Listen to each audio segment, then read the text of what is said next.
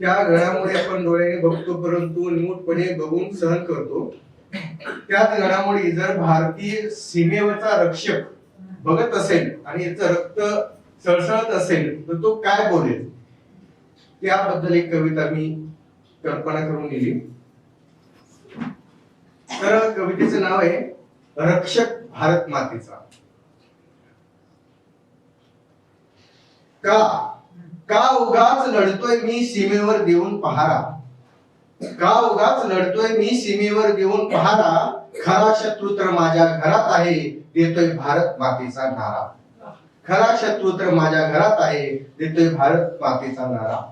असे वाटते तो दारुगोळा बॉम्ब बंदुका तोफा उलट दिशेला फिरवावे, असे वाटते तो दारुगोळा बॉम्ब बंदुका उलट दिशेला फिरवावे आणि पहिले भारतातील गद्दाराला उडवावे.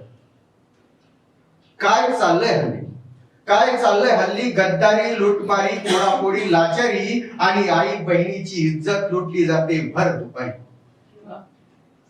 दुश्मनाशी लढण्यासाठी आम्ही सदैव तयार आहोत, दुश्मनाशी लढण्यासाठी आम्ही सदैव तयार आहोत, भारत मातेचे वीर सुपूत भारत मातेशी नेक आहोत.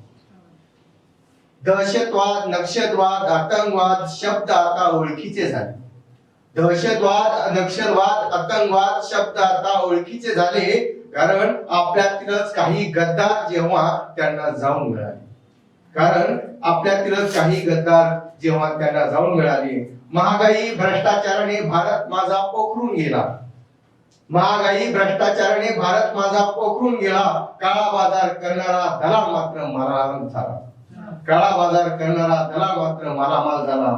शेतकऱ्याच्या पिढ्या कितीतरी बर्बाद झाल्या, शेतकऱ्याच्या पिढ्या कितीतरी बर्बाद झाल्या आणि डिजिटलच्या नावाखाली भारत इंडिया वाटण्यात गेल्या, आणि डिजिटलच्या नावाखाली भारत इंडिया वाटण्यात गेल्या. एक दिवस आम्हाला सीमेवरून हटवावे, एक दिवस आम्हाला सीमेवरून हटवावे आणि भारत मातेची सेवा करण्या भारतातच पाठवावे.